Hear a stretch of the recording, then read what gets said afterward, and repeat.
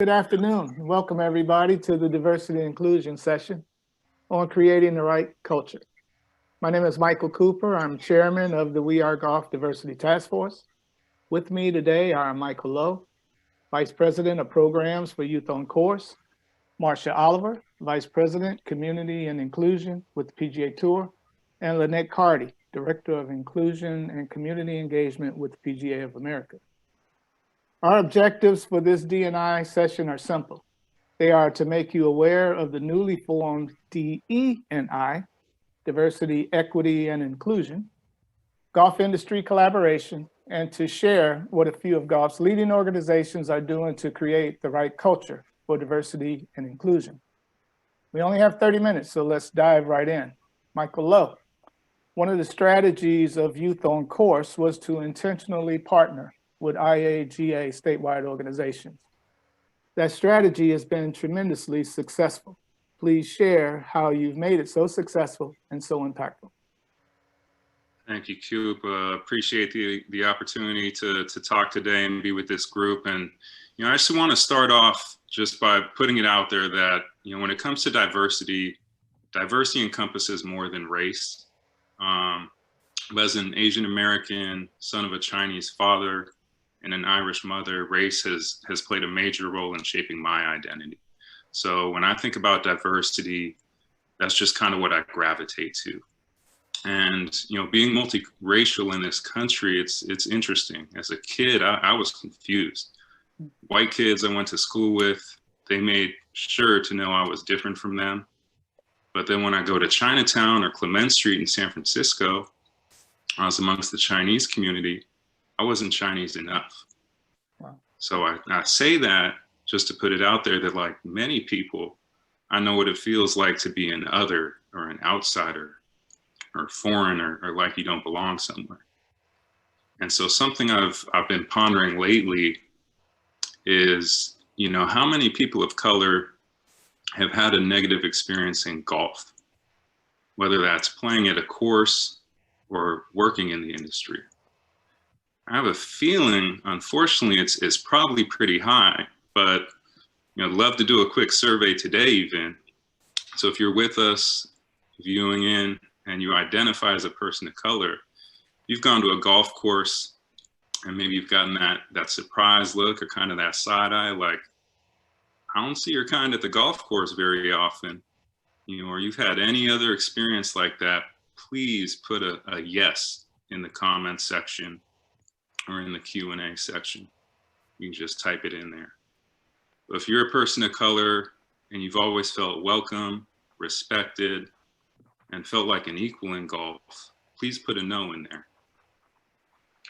And I'll tally those up as they come in, but whatever the results, our collective goal as members of the golf industry, most of us players and workers, we have a duty to drive golf's evolution from a sport that has historically excluded people of color and women to one that's truly inclusive.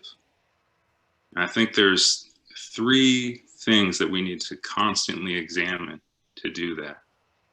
That's what we can do internally, what we can do in our communities, and what we can do in society at large. Now, these are questions we should be asking ourselves personally and also asking of our respective organizations. I'm proud to work for Youth on Course because our team gets to focus our efforts on ensuring any young person who has an interest in playing golf is able to do so. Kids have a right to play sports, but cost is a barrier for way too many families. And so by subsidizing rounds of golf, Youth on Course ultimately is changing the economics of golf for families. So I thank all of you in this session who supported Youth on Course in any way. In our society, race and economics are inextricably connected.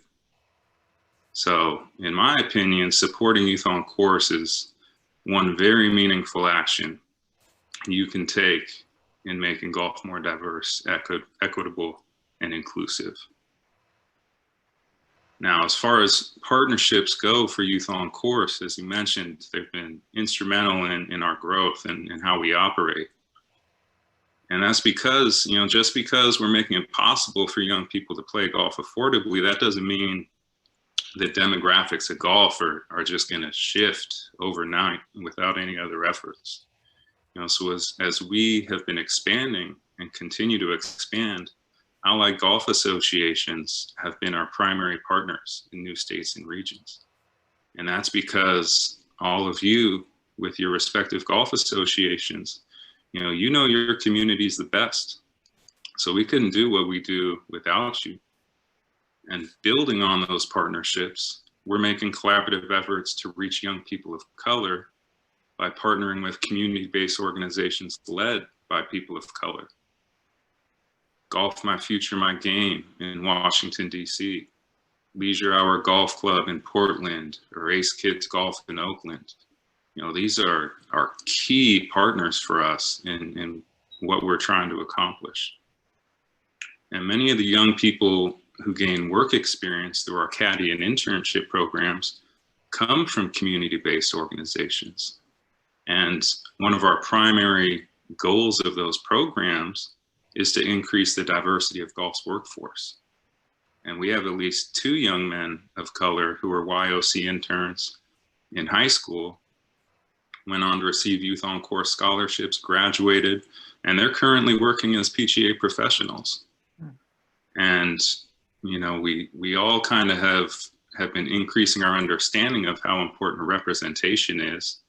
And if a young person of color goes into the golf course and sees another person of color, that environment instantly becomes more welcoming and inclusive. So again, thank you to all the IAGA members on this call who are our partners with Youth on Course. We're making significant strides as an organization and industry in DE&I, but we certainly still have a long way to go. So, this is truly an industry-wide initiative. So I'm excited to hear from Lynette Carty from the PGA of America and Marsha Oliver from the PGA Tour, who are with us here today as well. Michael, that was awesome. Thank you so much. By the way, for those listening, Michael has volunteered to collect your comments and questions, which we will review after all panelists have spoken today. Before I bring on Marsha, I want to share from a document what exactly the DE&I industry collaboration is. To the best of my knowledge, it was created by the 3 commissioners representing the PGA Tour, PGA of America, and LPGA shortly after, earlier this year after the George Floyd murder. The mission of the DE&I industry collaboration is to advance diversity, equity, and inclusion, as well as the industry's broader growth of the game endeavor. And there are 6 working subcommittees, and those subcommittees are talent acquisition, procurement, youth and adult player development, marketing and communications, human resources, and education and skill development. Lynette Carty is the team lead on the education and skill development, and Marsha Oliver, a team member. And that their objective is to attack the culture at the point of play, facilities and tournaments specifically, developing education and advancing skill development on how to operationalize inclusion. So they know a little bit about what's going on in that space. So Marsha, please share what you do in your role with the PGA Tour to create the right culture and how you see it contributing to this newly formed industry collaboration. Thank you, Dr. Cooper, and thank you, Michael, for setting us off on a great start. I am delighted to be provided an opportunity to be amongst you. I joined the tour about 1.5 years ago, following a 20-year career in public relations and government affairs. So, as Michael stressed, diversity is not always about race. It's also about industry. So, I wasn't connected to the industry or the game in any way. I, of course, was very familiar and inspired by the game of golf and what it actually does for society and communities, specifically in Northeast Florida, where I was born and raised. So several months ago, I was provided, and I'm going to call it a blessing, a wonderful opportunity to expand the community outreach work that I was tapped to lead for the Players Championship, which is PGA Tour's flagship event. So I get to support all of our tournaments in their efforts to take a very deliberate and disciplined approach in improving the impact of the communities where we play. As Michael said, very much so, those are the folks who know the communities best. They live there, they work there, they host world-class events there. So I can't sit here in Ponte Vedra Beach, Florida, or any of us in any other location and determine what is best for the communities. Now, I stress the word discipline and focus because the efforts that we've long led at the tour, they have been impactful. I mean, we support charitable work, every week as part of our hosting tournaments, and we do it around the globe. However, 2020, with the racial reckoning that it ushered in for our country, also provided greater clarity and validation. One, that the diversity efforts that we began in 2014 were important, but more importantly, it provided greater clarity on the efforts and the need to do more. So it was actually this past August when our commissioner announced a commitment for the tour to do just that. So he pledged in this tour and tournament-led initiative that we would commit $100 million over 10 years to support nonprofit organizations in the communities where we play that are addressing specifically the services that impact African American, underrepresented, and underserved citizens. Now, Coop and I joke because we said as soon as that announcement was made, I became one of the most popular people at the tour. You want to say $100 million in charity? That wasn't a joke. You're right. That was not a joke. But the beauty of this role is that I share it with more than 1,000 people. We all have a responsibility to advance diversity, equity, and inclusion efforts for the PGA Tour, and it begins with our commissioner, Jay Monahan. I'm just fortunate that I get to have a part, to be able to be a part of this panel and learn from Lynette and Michael and so many of those who are doing such great work in that effort. Now, I talked about the $100 million initiative, and that falls within our charitable impact bucket. We really want to be able to grow the impact where we play. But, as Michael indicated, golf has long been, the image of golf has long been deemed a homogenous sport. So what specifically can we do to also grow and diversify our sport? The tour has been connected to the APGA. We've been partners with them for about 7 years, and we're excited about the ability to be able to expand our partnership with the Advocates Tour. In addition to financial support, resources, and course access, we're identifying the top 5 Black collegiate players who've met all of the eligibility as part of their collegiate education, and we will put them on to a ranking system that will give them a stipend and a scholarship onto the APGA Tour. We're calling it our APGA Collegiate Rankings, and they in turn will receive scholarship and exemption onto our Korn Ferry Qualifying School.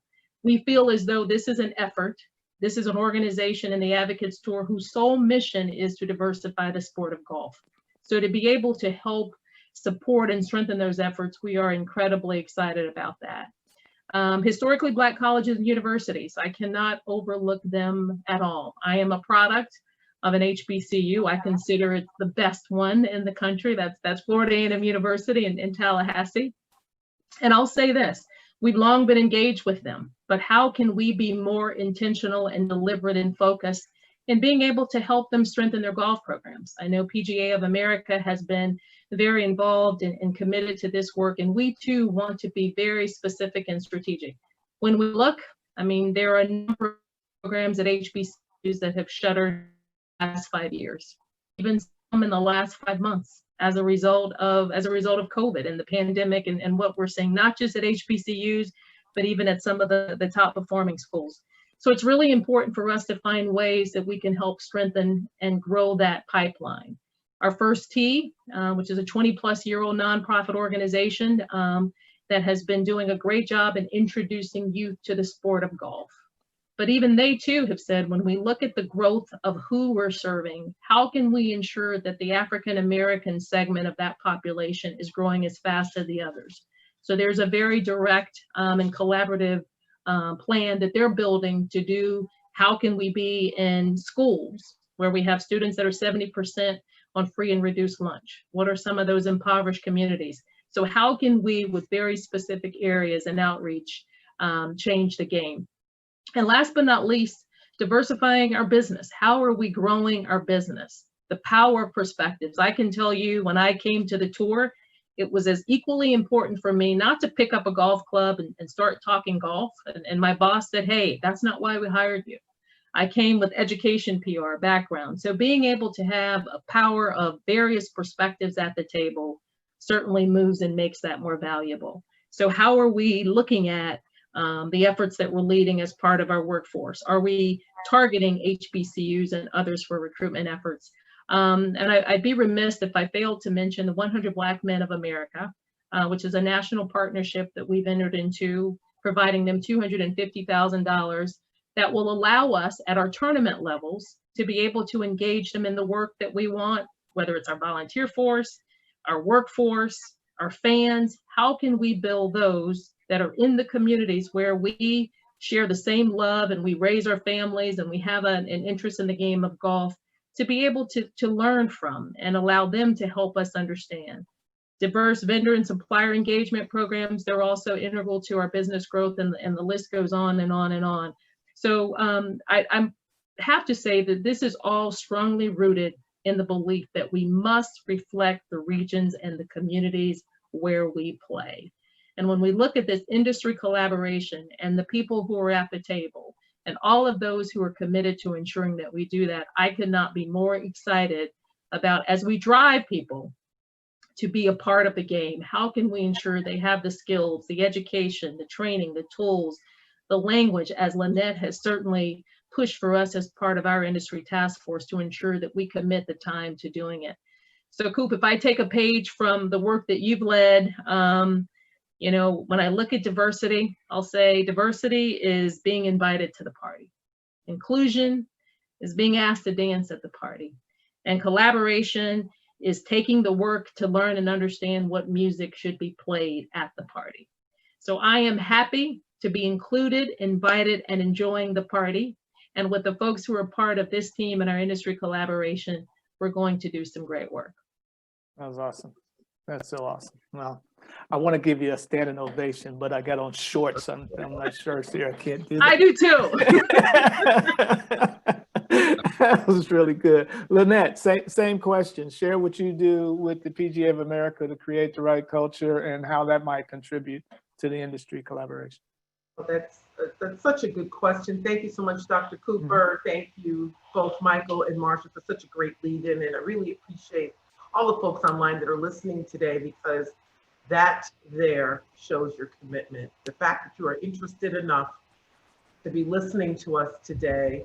I was just telling them, I just got off of a panel discussion, listening to, people talk about inclusion in the, in the realm of the Hispanic community.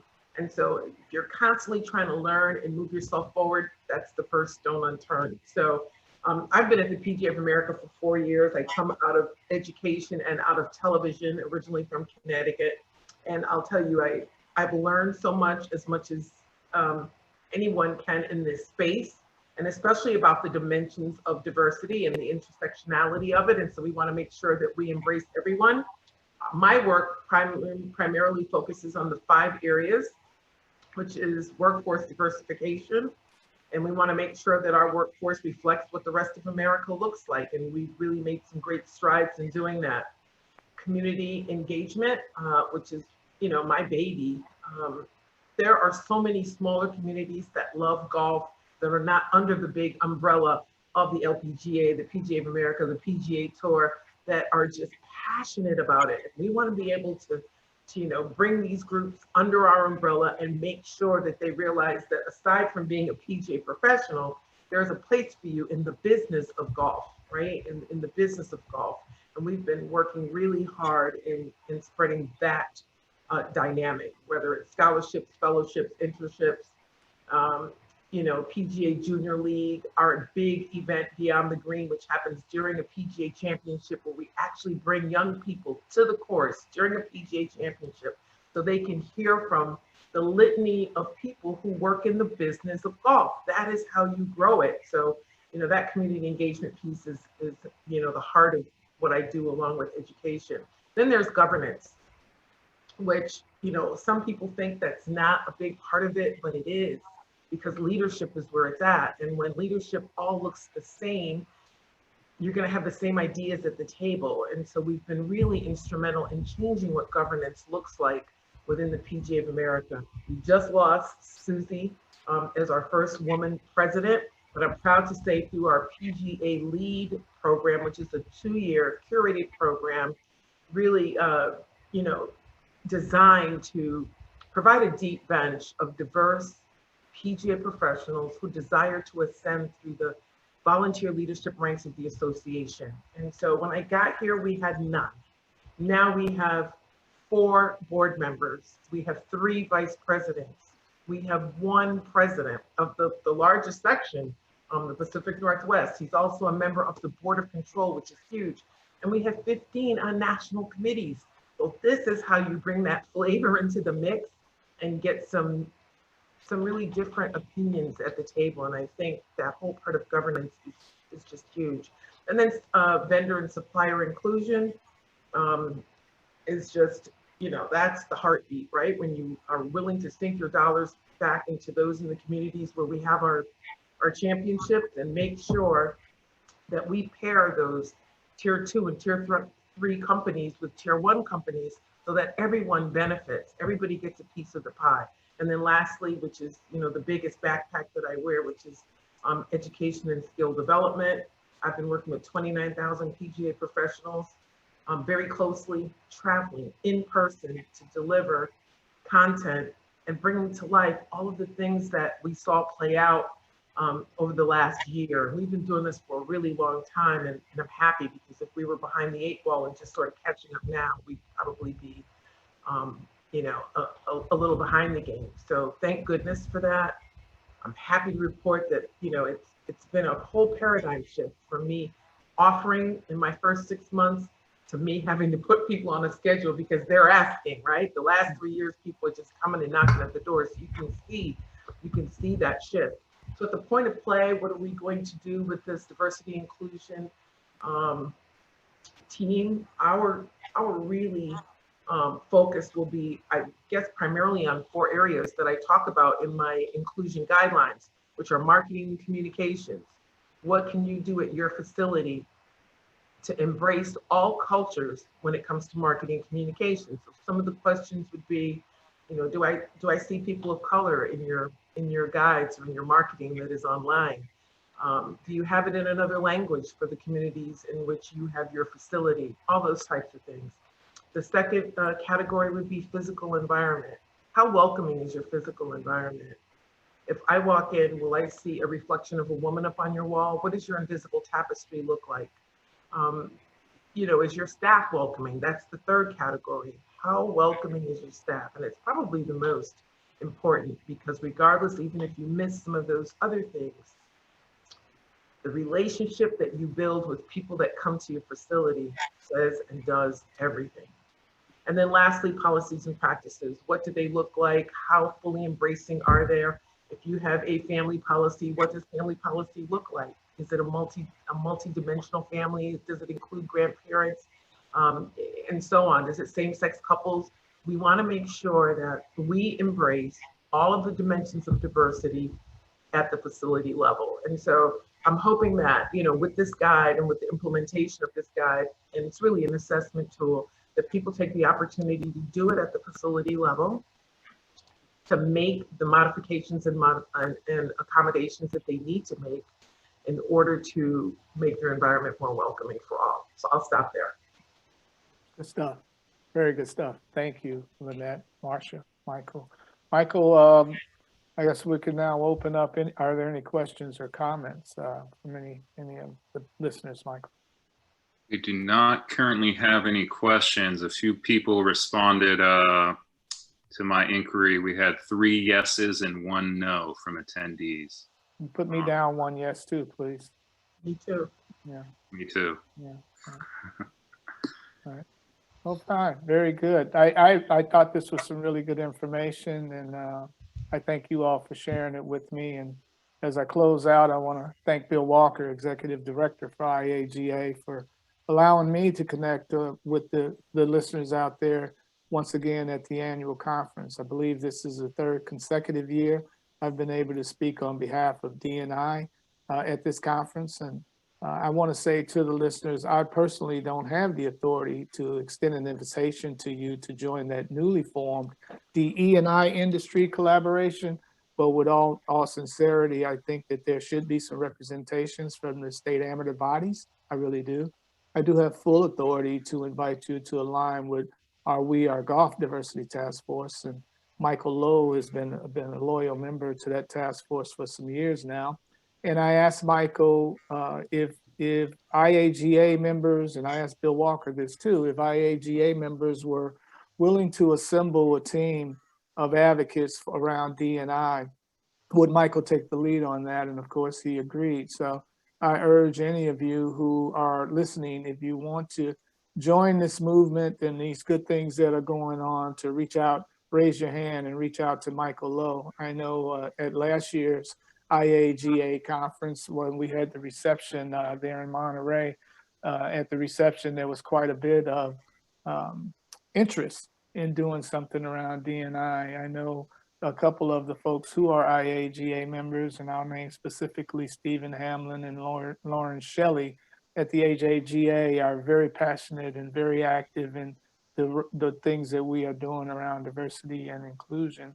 And there are many others, of course, Michael Lowe and Adam and that whole team. So if you all would want to join in, just reach out to Mr. Michael Lowe there, and we'll find a role for you, no question about it. Lynette, Marcia, Michael Lowe, thank you for we actually, join us.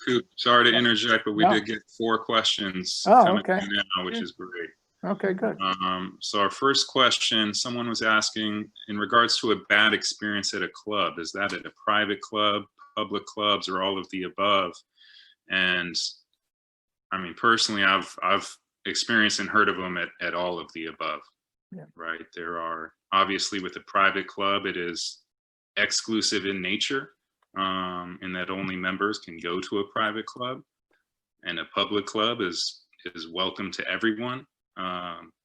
But just because there are differences in those regards doesn't mean that, you know, the culture is different necessarily. I think that goes to some of the things Lynette was touching on that the PGA of America is focused on.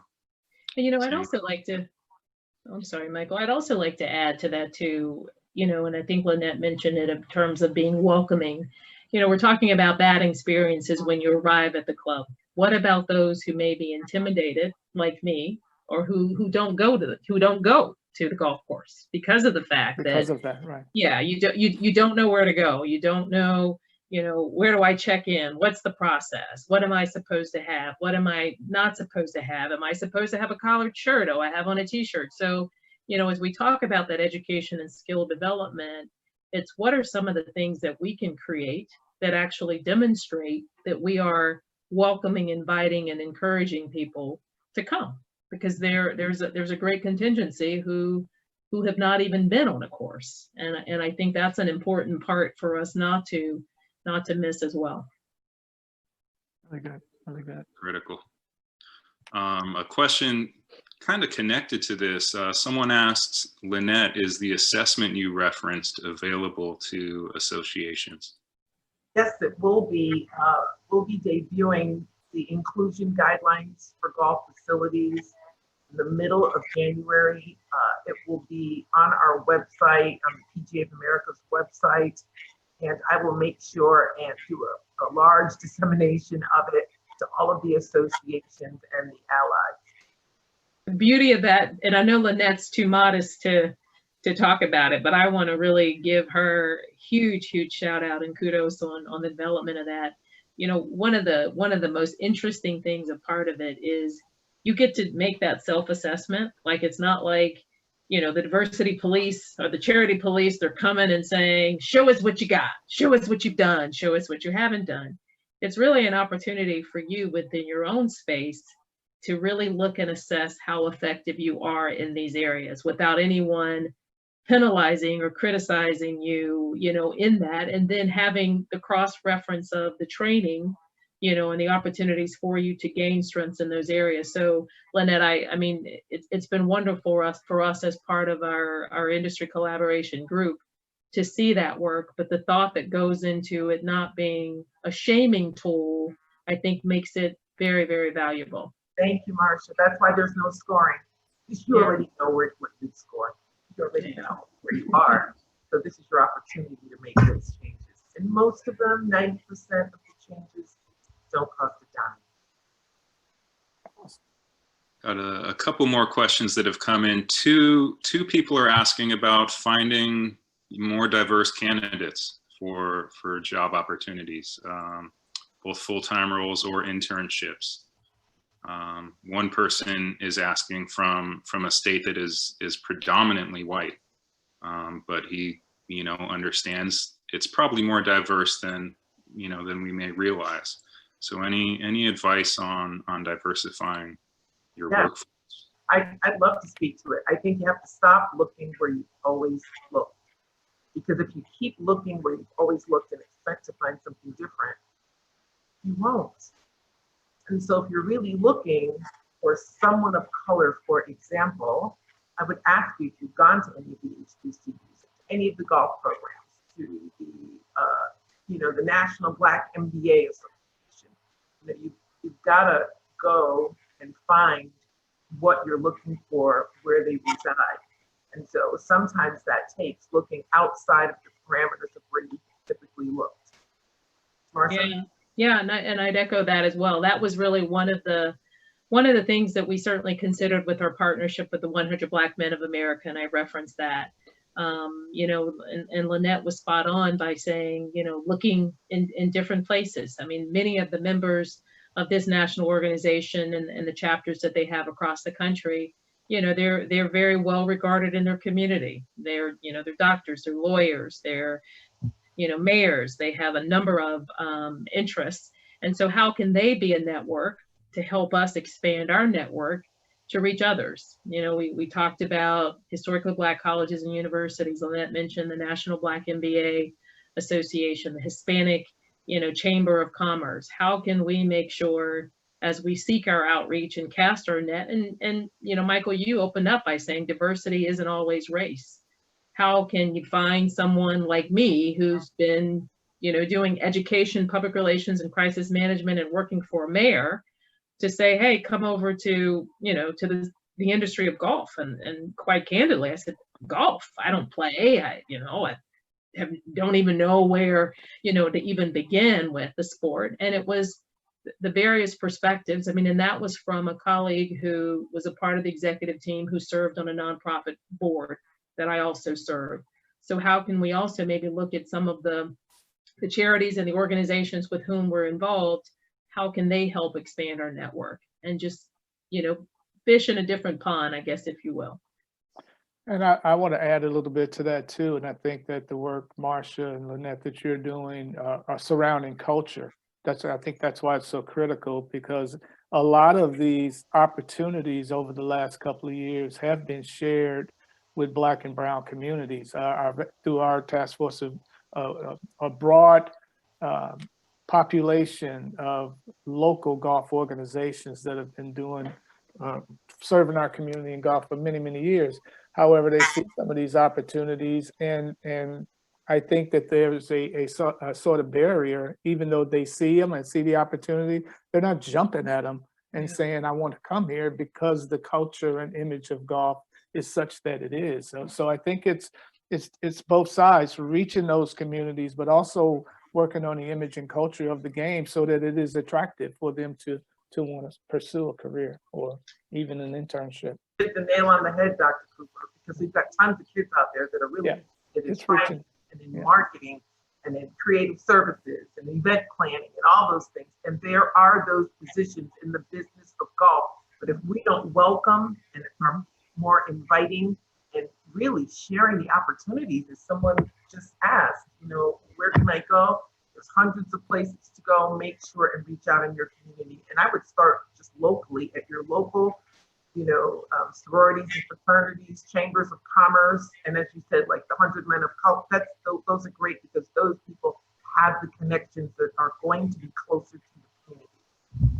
There are local golf organizations also, so hundreds of local golf organizations.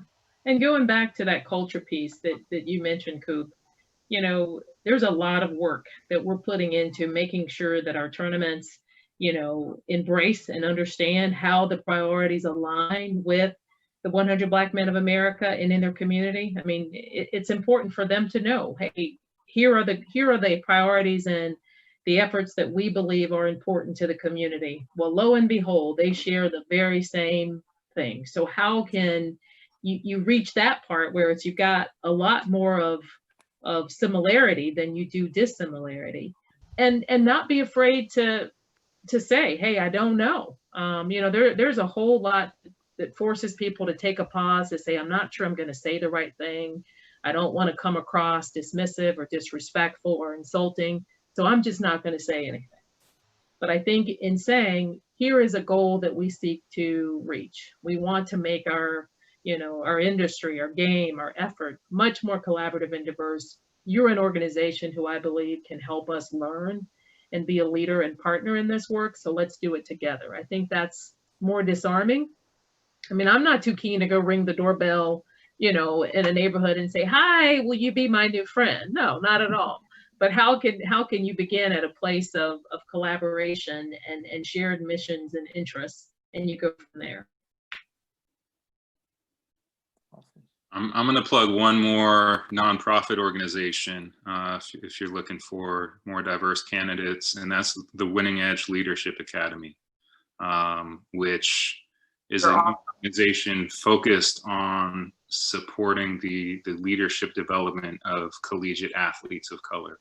And they have a micro internship program or gig program where if you're an organization or company and you need some help with a project, a short-term project, and are looking for a diverse candidate, you can sign up, post it. Youth on Course did it. We had 3 qualified candidates within a day, and selected a micro intern, and she knocked out her project in a week. So highly recommend that as well. Yeah, they are amazing. They participated in our Beyond the Green virtual event last year. Really great group. Europe, Inroads, there are a number of them out there for sure. Europe's incredible. Yeah. Yes, they are. Any other questions? One more question. Someone asked for any recommendations in regards to measuring success in the D&I space. Yeah, you know what? That's the most important question, I think, of them all. I mean, we certainly know that what we measure, we value. And I think for us, we are looking at a number of metrics by which to measure, not just whether or not we meet the $100 million mark, like how are we from year to year assessing that, but really what's our change, what's our outcome. There are a lot of outputs. I think all of us can sit here and say, we've got this initiative, this initiative, this initiative, but how is it really transforming? How is it really changing communities? So we have a survey instrument and a tool that we will be using to assess, okay, how has our growth moved? Whether that's in the awareness, whether that is in the understanding of the disparities in the community, how many new diverse members that we now have as part of our volunteer base, our employee base, our fan engagement base. How are we inviting new charities to be a part of our grant program? Are there new things that we're learning within the communities, whether it's infant mortality rates that we have potentially maybe never been connected or involved with, or maternal mortality rates? How are we showing that we are very much understanding the growth and needs of the community and being responsive? And our commissioner has says he wants a third-party collaborator. He doesn't want any of us. He wants us to explore how can we have a third party assess where we are with our DE&I efforts.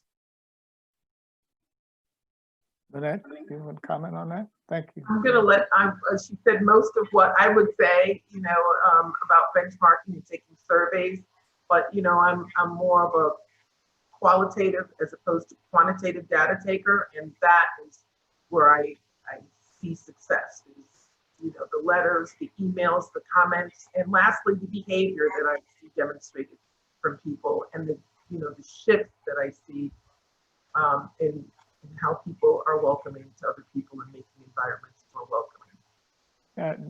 In my opinion, the D part, the diversity part, is the easier of the two to measure. That's just simple metrics. What are your demographics, and where are we now? Where would we like to be 3 years from now? To measure your demographics for diversity is way easier than the inclusion part, because that deals with culture, and that is definitely qualitative, because where one person might be tickled pink with fitting into the organization, and the other one might not feel so welcome at all. And I think we could have a long conversation on this one, and because for the longest time I just used the word to fit into an organization, and I think that too often in our industry, when we consider inclusion, we look for the good fit in terms of sometimes assimilating into a golfing culture, as opposed to acculturation, which is adding to the golfing culture. And I think that we once we get beyond that, I think we will really be inclusive.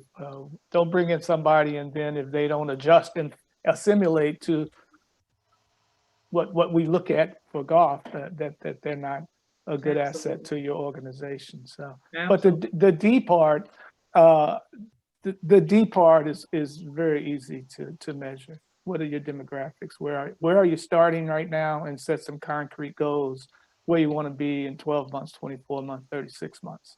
That part is easy. Inclusion is much more difficult. Especially when we're saying that's the part where you're invited to dance. You know, That's right. you know what I mean? Absolutely. That's right. That's for sure. That's right. Engaged in the work. Was that it, Mr. Lowe? So we Questions got, and comments? we're just about at the end of time as well. I hope that the listening audience enjoyed the conversation as much as I did. Thank you all again for taking the time out, and thank you, Bill Walker. I know you're out there in cyberspace somewhere. Thank you for allowing us to participate in your annual conference. Thank you all. Thanks so much. Yes. Bye. Signing off. Yeah. Signing off. Okay, guys.